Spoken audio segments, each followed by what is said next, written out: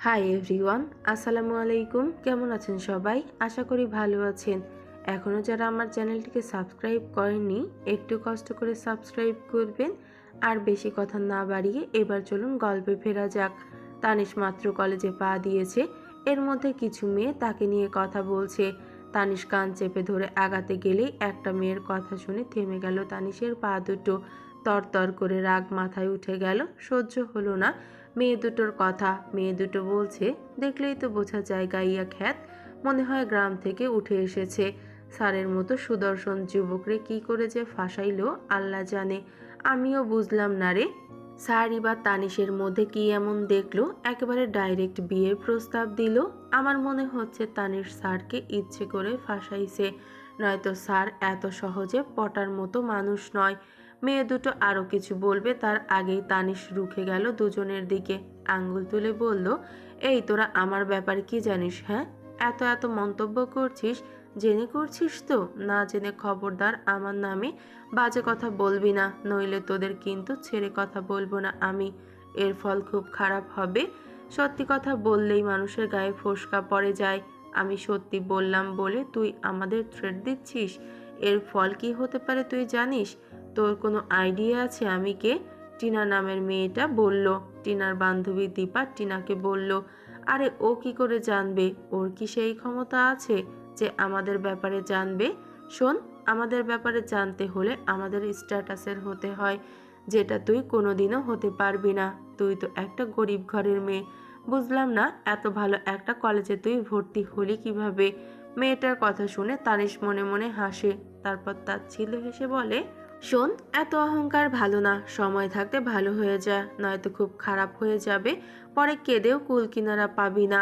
আর আমি লাস্টবার বলছি, আমি গরিব হতে পারি, কিন্তু তোদের মতো অহংকারী নই। আর কোথায় লেখা আছে গরিবরা ভালো ভার্সিটিতে ভালো কলেজে পড়তে পারবে না? ফার্দার যদি আমার ব্যাপারে বাজে মন্তব্য করেছিস তাহলে তোদের খবর আছে। বলে দ্রুত পা চালিয়ে চলে গেল তানিশ। তানিশের যাওয়ার দিকে রাগী চোখে তাকিয়ে আছে টিনা। রেগে বাইকে থাবা দিয়ে বলল, হাউ ডেয়ার ইউ! ওর সাহস কি করে হয় আমায় অপমান করার? ওর নতুন তাই জানে না আমি কি জিনিস। এর ফল ভালো হবে না তানিশ, খবর খারাপ হবে। শান্ত হ টিনা, রাগলে চলবে না। অতি সাধারণ একটা মেয়ে হয়ে আমাদের অপমান করে গেল, ওকে কিভাবে ছেড়ে দেই বল? এবার তো ওকে এর ফল ভোগ করতেই হবে। দিশা হেঁটে টিনার কাছে আসলো, টিনাকে রেগে থাকতে দেখে বলল, হে ইয়ার, কি হয়েছে রে? রেগে আছিস কেন? Any problem? টিনা চিল্লিয়ে বলল, তানিশ আমাদের থ্রেট দিয়ে গেছে দিশা। ওর সাহস কি করে হয় আমাদের শাসানোর? ওকে আমি ছাড়বো না। দিশা অবাক হয়ে বলল, কি বলছিস তুই? তানিশ তোকে থ্রেট দিয়েছে? আমার তো ভাবতেই অবাক লাগছে, ও এত সাহস পায় কোথায়? হাউ? রিয়া বলল, জানি না, তবে তানিশকে আমার অদ্ভুত লাগে। তানিশ গিয়ে ক্লাসরুমে বসে। উর্মি আর যারা দুজনেই ওর পাশে গিয়ে বসলো। তানিশ অন্যমনস্ক হয়ে আছে। যারা তানিশের হাত ঝাঁকা দিয়ে বলল, মন খারাপ করিস না তানিশ, দেখ যা হওয়ার সবটা খুব তাড়াতাড়ি হয়ে গেছে। কারা যে তোরে নিয়ে এসব পোস্ট করেছে আমরা জানি না রে, কিন্তু যে করেছে সে খুব বাজে একটা কাজ করেছে। কিন্তু করলোটাকে? তানিশ গম্ভীর কণ্ঠে শুধালো, জানি। মানে তুই জানিস কে এই কাজটা করেছে? হ্যাঁ জানি আমি। কে এই কাজটা করেছে আমি জানি। কে করেছে? দিশারা এই জঘন্য কাজটা করেছে। কি বলছিস? তুই শিওর জানিস তো? হ্যাঁ, এই কাজটা ওরাই করেছে। দিশা পার্থ স্যারকে পছন্দ করে, আর সেখানে পার্থ স্যার আমার মতো সাধারণ একটা মেয়েকে বিয়ে করতে চায়। এটা দিশার সহ্য হচ্ছে না। ইভেন ওর বন্ধু বান্ধব সবাই এর মধ্যে কেউই এটা মেনে নিতে পারছে না। এটা ওদেরই কাজ। উর্মি মন খারাপ করে বলল, যদি কাজটা ওরা করে থাকে তাহলে আমরা কিছুই বলতে পারবো না, সবটা চুপচাপ মেনে নিতে হবে তানিশ। যারা বলল, তাছাড়া তো কোনো উপায় নেই উর্মি, ওরা ক্ষমতাশালী, যা মন চায় তাই করতে পারে, সেখানে আমাদের চুপচাপ মেনে নিতে হবে। তানিশ বাঁকা হেসে বলল, তোদের কিছু করতে হবে না, যা করার আমিই করব। তানিশ প্লিজ, এদের সাথে লাগতে যাস না, এরা খুব ডেঞ্জারাস। তাতে কি? যারা অবাক হয়ে বলল, তাতে কি মানে? তোর সাথে ওরা এর থেকেও খারাপ কিছু করতে পারে তানিশ, তুই তো নতুন তাই কিছু জানিস না। ক্লাসের প্রত্যেককে দিশা আর টিনাকে ভয় পায়, কারণ ওর বাবা একজন এমপি, তাই দাপট দেখায়। আচ্ছা বাদ দে, একটু পর স্যার ক্লাসে আসবে আর ওরাও চলে আসবে। আমি এখন ঝামেলা চাই না। ঠিক আছে বান্ধবী। তখনই ভার্সিটির পিয়ন আসে, তানিশকে বলল, তোমাকে প্রিন্সিপাল স্যার ডাকছে। তানিশ চমকে উঠল, যে ভয়টা সে পাচ্ছিল সেটাই হলো। এখন সে কি করবে? প্রিন্সিপাল স্যারের রুমে যাবে? স্যার তাকে কি বলবে?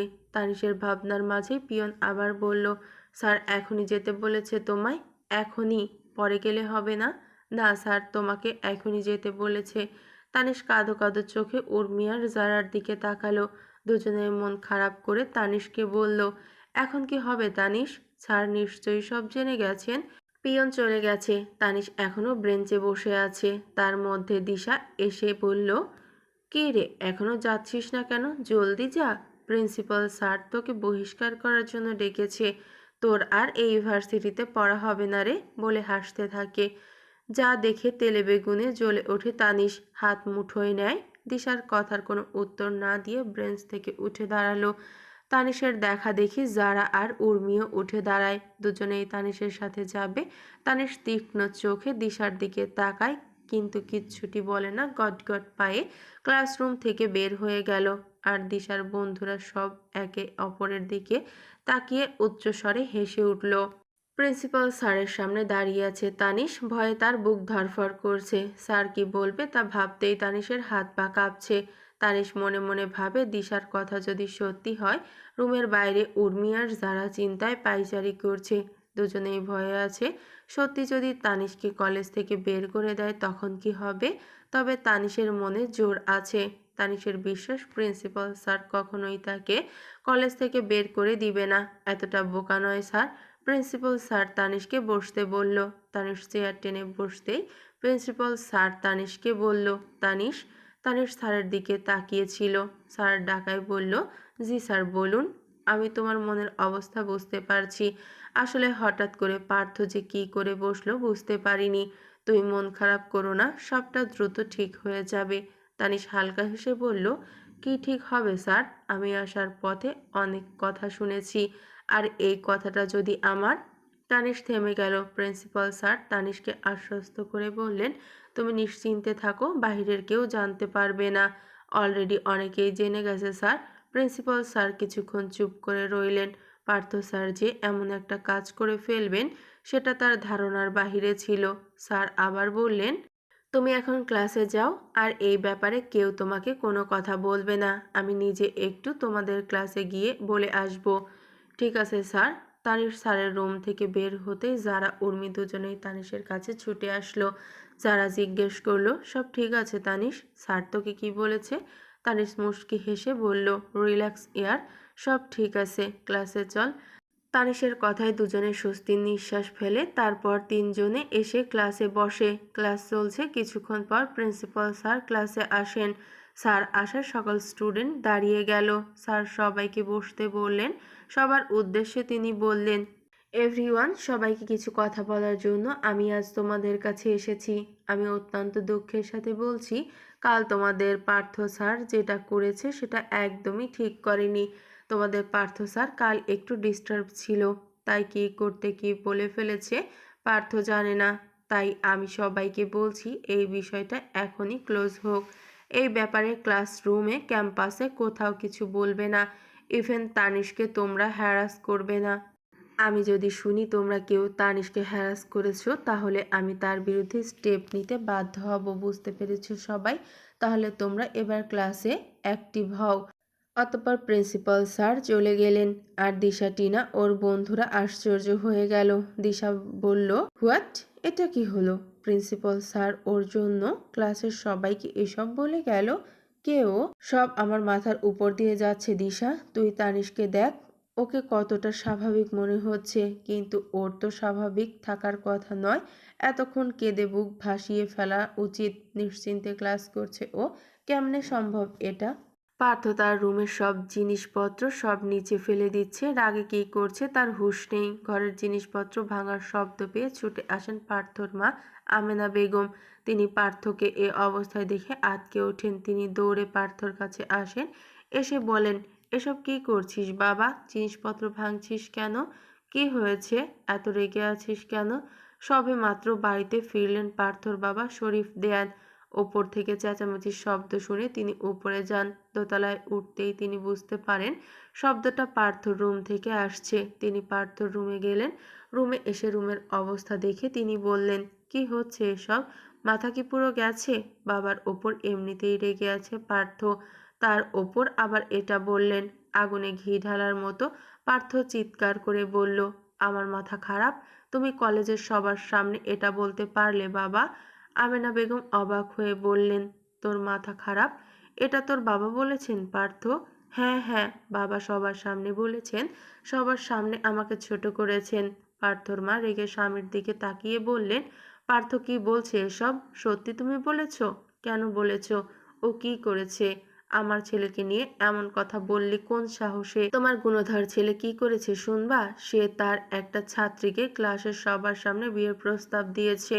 তুমি ভাবো তো এটা কতটা লজ্জাজনক কথা, শিক্ষক হয়ে ছাত্রীকে বিয়ে করতে প্রস্তাব দিচ্ছে। পার্থ এবার দ্বিগুণ চেঁচিয়ে বলল, বিয়ে তো আমি তানিশকেই করব বাবা। দেখো তোমার ছেলের অবস্থা দেখে মনে হচ্ছে পাগল হয়ে গেছে। তুমি তানিশকে চেনো? কতটুকু চেনো? তানিশের সম্পর্কে তুমি কি জানো? জানো ওকে? আমি অত কিছু জানি না, তবে এটা জানি আমি ওকে ভালোবাসি বাবা। ওকে, ওর পরিচয় কি? কিচ্ছু আমার জানার দরকার নেই। আশ্চর্য, তুমি ওকে ভালোবাসলে কি করে? ও তো বেশি দিন কলেজেও আসেনি তাহলে? আমি ওকে অনেক আগে থেকে চিনি বাবা। তোমার শুধু এটা জেনে রাখো, পার্থ দেয়ান যদি বিয়ে করে তাহলে তানিশকেই করবে, নয়তো সে কোনো মেয়েকেই বিয়ে করবে না। পার্থ তানিশ কিন্তু খুব সাধারণ ঘরের মেয়ে, সেখানে তোমার সাথে ওর যায় না, সবটা বুঝতে হবে। পার্থ হালকা হেসে বলল, শোনো বাবা, ও যাই হোক না কেন আমি ওকে চাই মানে চাই। আমি জানি ও গরিব ঘর থেকে বিলং করে, তাই বলে আমি ওকে পাবো না এটা কি করে হয়? গরিবরা কি মানুষ নয়? আমরা যেমন মানুষ ওরাও তো তেমনই মানুষ। তাহলে প্রবলেমটা কি? বুঝতে পারছো না তুমি পার্থ? আমি আর বুঝতে চাইও না, থাকো তুমি তোমার স্টেটাস নিয়ে, বলে পার্থ হন হন করে রুম থেকে বের হয়ে গেল। পার্থ যাওয়ার দিকে তাকিয়ে তিনি বললেন, তুমি জানো না তানিশকে? তোমাকে এখন কে বোঝাবে পার্থ? শরীফ দেয়ান স্ত্রীকে বললেন রুম পরিষ্কার করার কথা। বিকেলের সুন্দর পরিবেশ। তানিশ অনেক দিন পর বাসা থেকে বাইরে বের হয়েছে। মেইন কথা, মনটা ফ্রেশ করার জন্যই তার আশা। তানিশকে দেখে চারপাশে কত শত মানুষ, কিছু কিছু ছেলে মেয়ে জোড়ায় জোড়ায় বসে আছে, যা দেখে মনে মনে হাসে তানিশ। বিকেলের এই সময়টা পার্কে বসার জায়গা পাওয়া যায় না, সব প্রায় বুকিং। তানিশ খুঁজে খুঁজে একটা বেঞ্চে এসে বসে পড়ে। তখন পাশ দিয়ে একজন বাদামওয়ালা মামা যায়। বাদাম নিয়ে তানিশ ডাক দেয় তাকে। তার থেকে বাদাম নিল, পার্স থেকে টাকা বের করে দিল বাদামওয়ালা মামাকে। টাকা নিয়ে চলে গেলেন তিনি। তানিশের সামনে রয়েছে একটা পুকুর। তানিশ লক্ষ্য করলো পুকুরে অনেক মাছ, তাও আবার বিভিন্ন রঙের, যা দেখে তানিশের খুব ভালো লাগলো। তানিশ মাছের জন্য কিছু খাবার কিনে আনলো। সেই খাবার একটু একটু করে মাছকে দেয়। অনেক মাছ খাবার খেতে আসে। একসাথে এত মাছ দেখে তানিশের ঠোঁটের কোণে হাসি ফুটে ওঠে। তখনই তানিশের পাশে কেউ ঠাস করে বসে পড়ে। তানিশ ভয়ে চমকে পাশ ফিরে তাকাতেই দেখলো